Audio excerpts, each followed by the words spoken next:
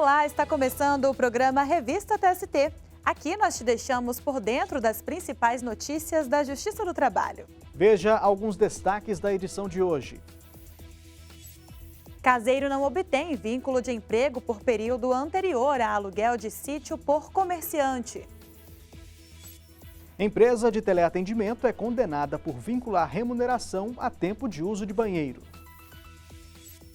E você vai ver ainda, empresa é responsabilizada por morte de empregado atingido por bala perdida em rodovia. Ele foi contratado como auxiliar de acabamento, mas estava exercendo a função de motorista quando foi baleado. Essas e outras notícias você acompanha agora no Revista TST.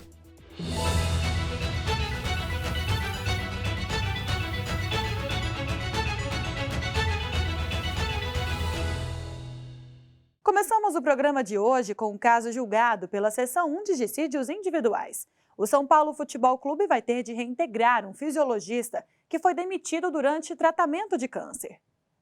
O colegiado considerou a dispensa discriminatória. Quem acompanhou o julgamento foi a repórter Michele Chiapa, que já está aqui conosco e traz os detalhes. Oi, Michele. Olá, Luana. Oi, Anderson. Na ação trabalhista, o fisiologista diz que foi diagnosticado com câncer de próstata no mesmo ano em que foi contratado pelo São Paulo Futebol Clube. 2 anos depois, o time chegou a dar o aviso prévio de demissão ao profissional, mas ao contar que estava doente, ele foi afastado das atividades sem desconto no salário. O profissional chegou a ser afastado pelo INSS, mas depois que recebeu alta, foi dispensado. O Tribunal Regional do Trabalho da 2ª Região em São Paulo entendeu que houve discriminação e, por isso, determinou a reintegração do fisiologista ao emprego e o restabelecimento do plano de saúde, além de indenização por dano moral. A decisão, porém, foi reformada pela 5ª turma do TST. O entendimento foi o de que a súmula 443 do tribunal não se aplicaria ao câncer de próstata. A súmula considera discriminatória a despedida de pessoas com vírus HIV ou outras doenças que suscitem estigma ou preconceito. Ao não considerar a dispensa discriminatória, a turma levou em conta que o clube espontaneamente continuou pagando o salário do fisiologista no período de afastamento previdenciário e que permitia que ele frequentasse o local de trabalho e almoçasse no centro de treinamento. Outro ponto observado foi o de que o clube chegou a contratar outro profissional em razão do tempo que o fisiologista ficou afastado. Inconformado com a decisão, o trabalhador apresentou embargos e o caso chegou à Seção 1 de Dissídios Individuais. No julgamento, a relatora ministra Cátia Arruda teve outro entendimento. Ela lembrou que o ordenamento jurídico garante a proteção contra a discriminação nos contratos de trabalho. Existem muitas formas de discriminação, né? Algumas expressas, outras veladas e outras até anacrônicas. Toda a nossa legislação, desde a súmula 443 do TST até o julgamento do EDRR SDI 1, ocorrido em 4 de abril de 2019, da lavra do ministro Cláudio Brandão, em que houve a conclusão que a neoplasia maligna é doença grave, que causa estigma, passando também por todas as convenções internacionais, particularmente a 111 da OIT, que fala na necessidade de formular e aplicar políticas com a finalidade de promover igualdade de oportunidades, evitando a discriminação, tem trabalhado esse tema da discriminação, que é um tema extremamente sensível, um tema extremamente delicado e que, por muitas vezes, agride não só a esfera física, mas a emocional, a sua visão do mundo, né, a própria inserção dos trabalhadores no mundo. A relatora considerou ainda que os motivos adotados pela 5ª turma para reformar a decisão contrariaram a jurisprudência do TST. A minha conclusão é que estes fundamentos não afastam a existência da discriminação, não provam a não discriminação.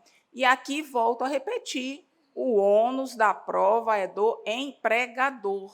Então, caberia ao empregador fazer essa prova. Nós não estamos fazendo nenhuma suposição, eu só estou pretendendo encontrar a prova da não discriminação e isso não há. Não há pelos fundamentos apresentados, de modo que a turma, quando afastou o caráter discriminatório da dispensa do reclamante, incorreu em má aplicação da súmula 443 do Tribunal Superior do Trabalho. E é neste sentido que estou concluindo. O ministro Alexandre Ramos apresentou divergência.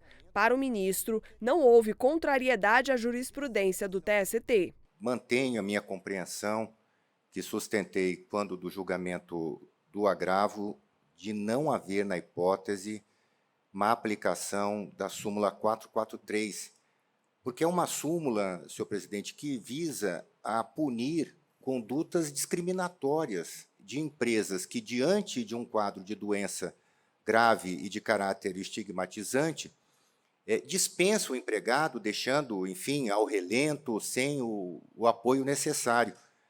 E aqui, com todas as vênias, me parece que houve exatamente o contrário, houve um acolhimento e um investimento, um reconhecimento da empresa em relação a este empregado. Parece que durante o afastamento de 3 anos e 4 meses, houve necessidade de suprir o trabalho do reclamante. Quem também divergiu do voto da relatora foi o ministro Breno Medeiros. Ele considerou que, no caso, ficou demonstrado o motivo da dispensa. O clube não precisava de outro fisiologista, tanto que só tinha um. Se ele só tinha um fisiologista, na hora que o outro voltou e estava apto, eu não consigo ver essa distinção entre um caso e outro. Porque o empregador fala assim, eu tinha um motivo, o motivo não era o câncer. Qual que era o motivo? O motivo era que eu tinha contratado uma outra pessoa e eu não posso ficar com 2. Esse é o motivo. E ele provou esse motivo. Após pedido de vista regimental, o presidente do TST, ministro Lélio Bentes Corrêa, reforçou o conceito da súmula 443 do tribunal. A partir da edição da súmula, a jurisprudência do tribunal consolidou-se no sentido de presumir discriminatória a dispensa do empregado portador de doença grave que causa estigma ou preconceito, passando a recair sobre o empregador o ônus de comprovar que ou não tinha ciência da condição do empregado ou que o ato de dispensa ostentava outra motivação lícita. A demonstração robusta de razão plausível para a dispensa de empregado nessas condições, e somente a demonstração robusta, seria capaz de elidir a presunção relativa de que se cuidou de conduta empresarial discriminatória. O ministro entendeu que, no caso julgado, deve ser considerada a jurisprudência do TST, como votou a relatora. Ainda que se possa louvar, como de fato se louva, a conduta patronal adotada no decorrer do contrato de trabalho, consistente no fato de o empregador espontaneamente manter os salários não exigíveis no período de afastamento, tal constatação nem de longe justificaria o ato de dispensa, nem afasta a presunção de conduta discriminatória. Daí, porque tenho por aplicável ao caso a súmula 443 do TST, tal como decidido pela eminente ministra relatora.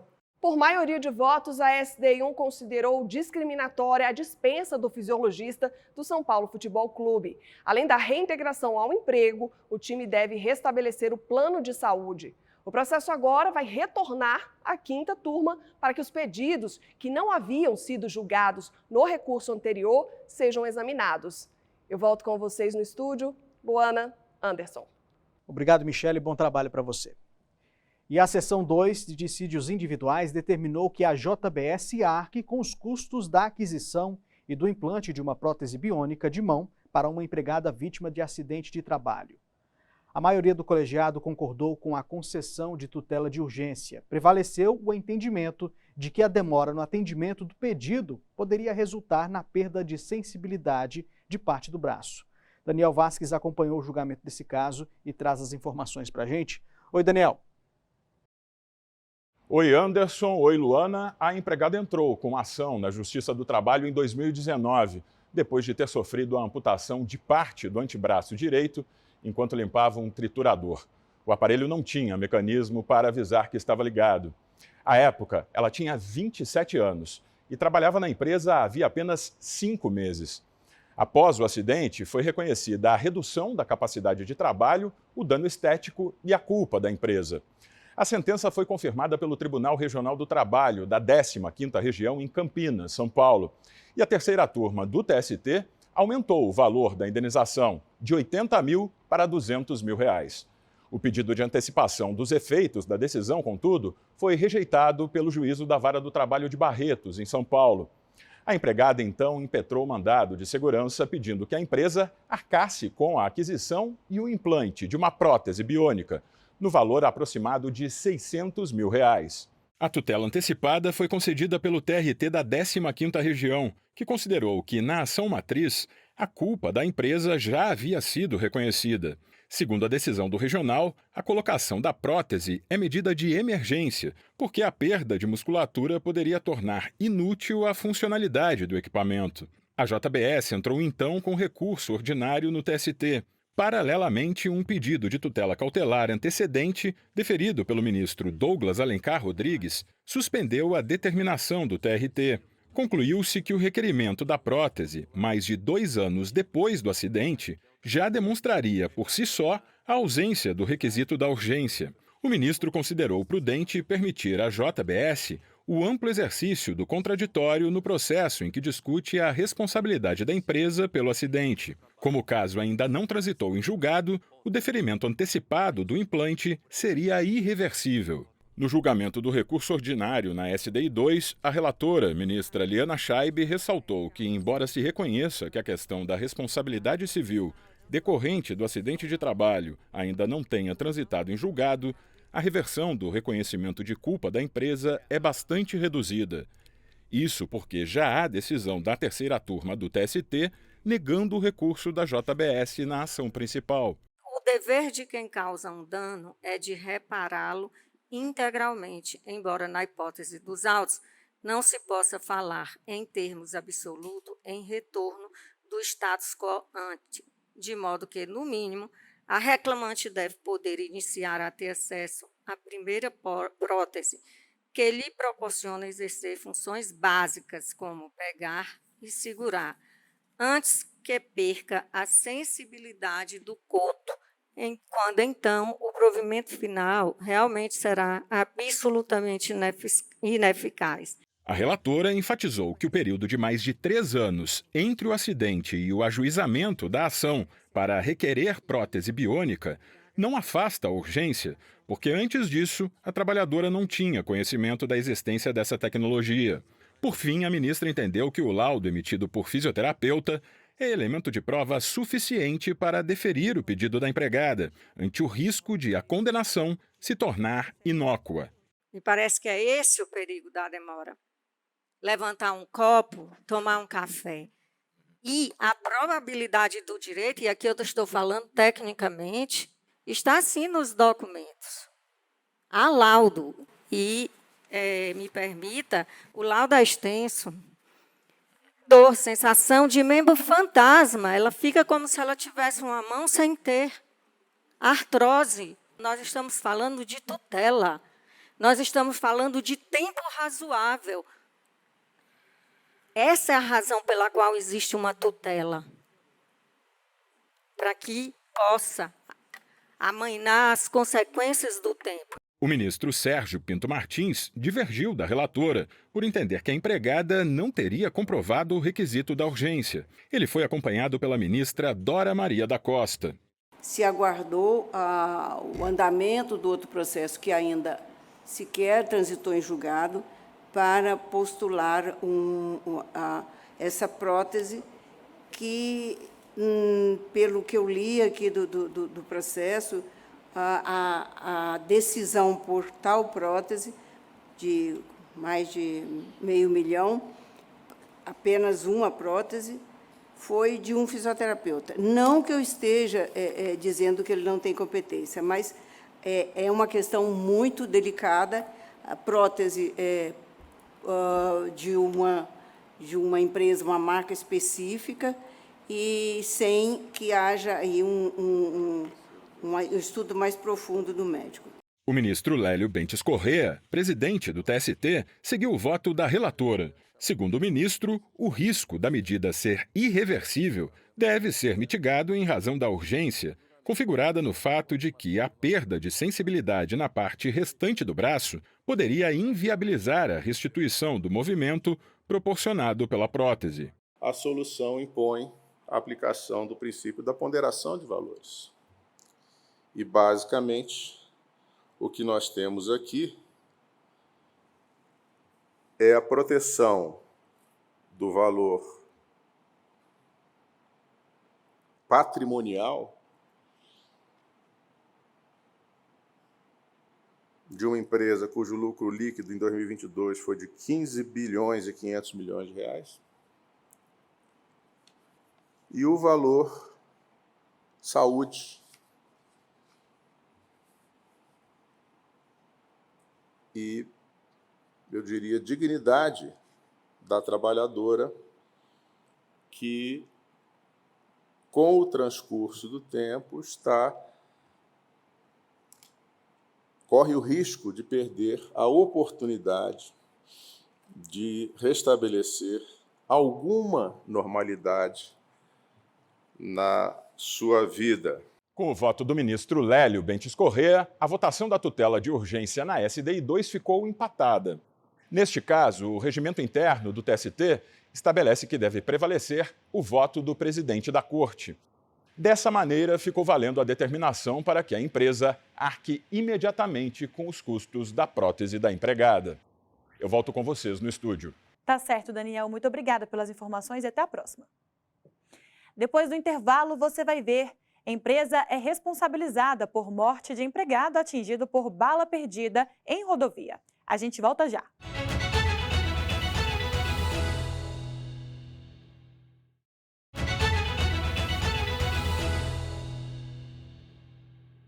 Vamos acompanhar agora alguns julgamentos das turmas do TST.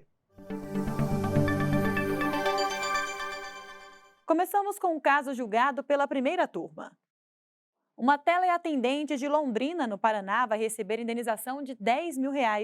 A empresa em que ela atuava vinculava o pagamento de um prêmio de incentivo ao tempo de idas ao banheiro. A trabalhadora contou na ação trabalhista que a empresa pagava como complemento do salário uma parcela chamada RV, remuneração variável. De acordo com o processo, quando a quantia era paga a uma supervisora ou a um supervisor, o valor dependia do desempenho das pessoas subordinadas. Assim, segundo a empregada, superiores hierárquicos adotavam práticas humilhantes, como o controle rígido das pausas para a ida ao banheiro. Em defesa, a empresa de teleatendimento alegou que apenas solicitava que as pessoas da equipe registrassem no sistema quando utilizassem o banheiro para que não fosse repassada a ligação durante o período de ausência.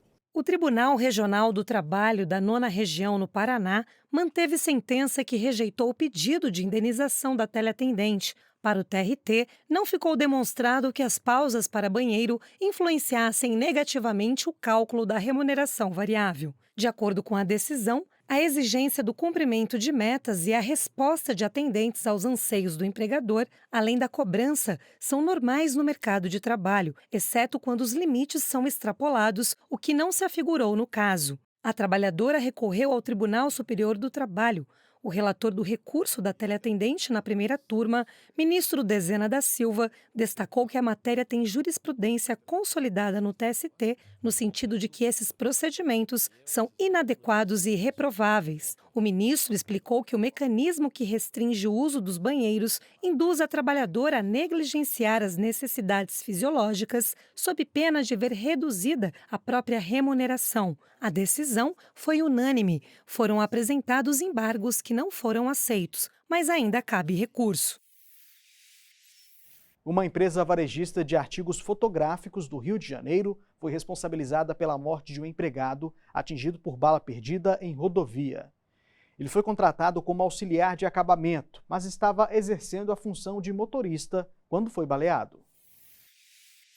O trabalhador, na época com 21 anos, dirigia um carro da empresa no arco metropolitano do Rio de Janeiro quando, na altura do município de Japeri, foi atingido por 2 tiros. A mãe dele contou no processo que naquele dia o representante da empresa pediu que o rapaz deixasse as funções de auxiliar de acabamento e o acompanhasse em viagem pessoal. Os tiros atingiram o rosto e o tórax do jovem. O Tribunal Regional do Trabalho da 15ª Região de Campinas e São Paulo manteve a decisão de primeiro grau que havia negado os pedidos de indenização por danos morais e materiais. Para as duas instâncias, os disparos foram feitos por terceiros, sobre os quais a empresa não tem controle. Por isso, ela não poderia ser responsabilizada, mesmo diante da tese que apontava o desvio de função como um motivo determinante para a morte do trabalhador.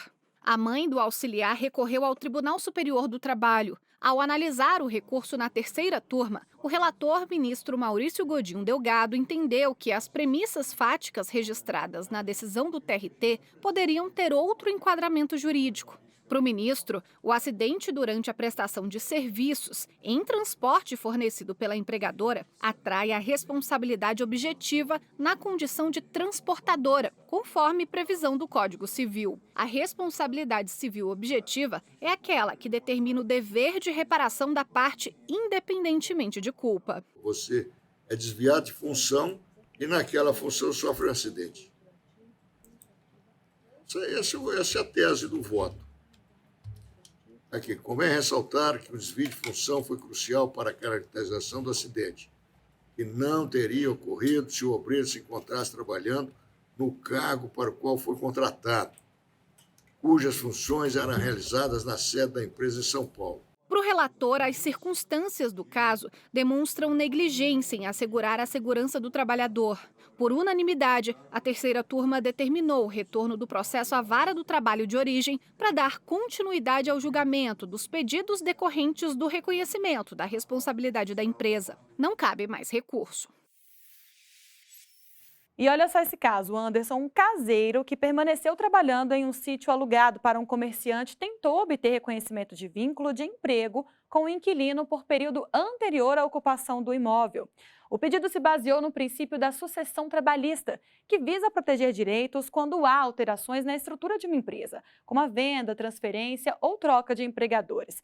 Mas para a quarta turma, isso não se aplica ao trabalho doméstico. Vamos entender melhor essa decisão com o repórter Pablo Lemos. Oi, Pablo. Olá, Luana, Anderson. O caso ocorreu na cidade de Belterra, interior do Pará. O caseiro disse que prestou serviços ao proprietário do sítio sem carteira assinada de 2016 a 2020. Em 2021, segundo ele, o imóvel foi alugado para um comerciante que propôs um contrato de parceria agrícola, com salário de R$ 300 mensais e 35% da safra. Após ser dispensado, o empregado entrou com uma ação na justiça contra o inquilino, com pedido de vínculo empregatício desde 2016. Alegou sucessão de empregadores. Em defesa, o comerciante disse que quando alugou o sítio, o caseiro já trabalhava lá. Afirmou ainda que o trabalhador aceitou manter a parceria em que teria a função de zelar pelo espaço e receber parte da produção. O Tribunal Regional do Trabalho da 8ª Região, que compreende o Pará e o Amapá, manteve a sentença que havia anulado o contrato de parceria e declarado o vínculo de emprego doméstico por todo o período.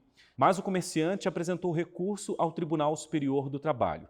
Ele argumentou que a responsabilidade trabalhista que recaiu sobre ele deveria se limitar ao período em que havia assumido o sítio. Defendeu ainda que o trabalho doméstico é regido por lei específica e não pela consolidação das leis do trabalho. O relator do recurso na quarta turma, ministro Alexandre Ramos, explicou que quando o vínculo é mantido pela empresa sucessora, deve ser aplicada a sucessão trabalhista, conforme prevê a CLT. Contudo, o conceito de empresa está atrelado à atividade econômica, e esse não é o caso do empregador doméstico, já que trabalho residencial não tem finalidade lucrativa. O relator destacou a novidade da questão que ainda não foi abordada pela jurisprudência do TST. Em decisão unânime, a quarta turma do Tribunal Superior do Trabalho limitou a responsabilidade pelos encargos trabalhistas do caseiro ao período em que o comerciante ocupou o imóvel como inquilino.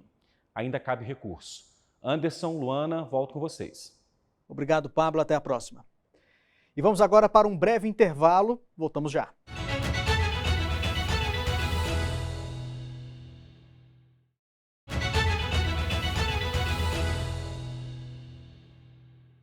Estamos de volta com Revista TST. Fique agora com outras notícias da semana na Justiça do Trabalho.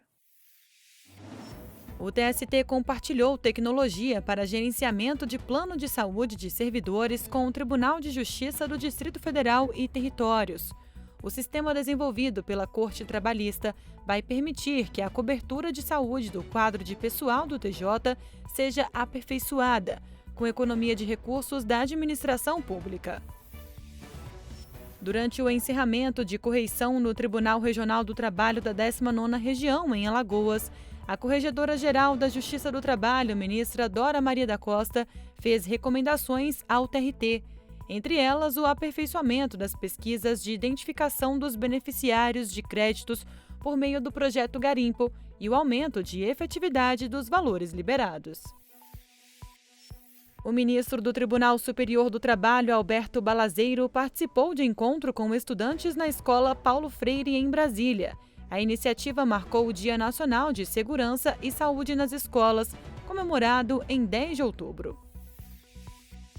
O Tribunal Superior do Trabalho e o Bradesco assinaram um acordo para a redução de processos na Justiça do Trabalho. O objetivo é encerrar cerca de 2.200 casos que tramitam no TST, segundo dados de setembro deste ano. A Justiça do Trabalho firmou parceria com a Advocacia Geral da União e com a Universidade de São Paulo. A cooperação visa o compartilhamento de estratégias e a realização de pesquisas relativas a acidentes de trabalho e doenças ocupacionais. A pesquisa de satisfação 2023 do Tribunal Superior do Trabalho já está disponível no site do TST. Qualquer pessoa interessada pode avaliar 5 temas principais: atendimento administrativo, instalações físicas, prestação jurisdicional, serviços online e comunicação.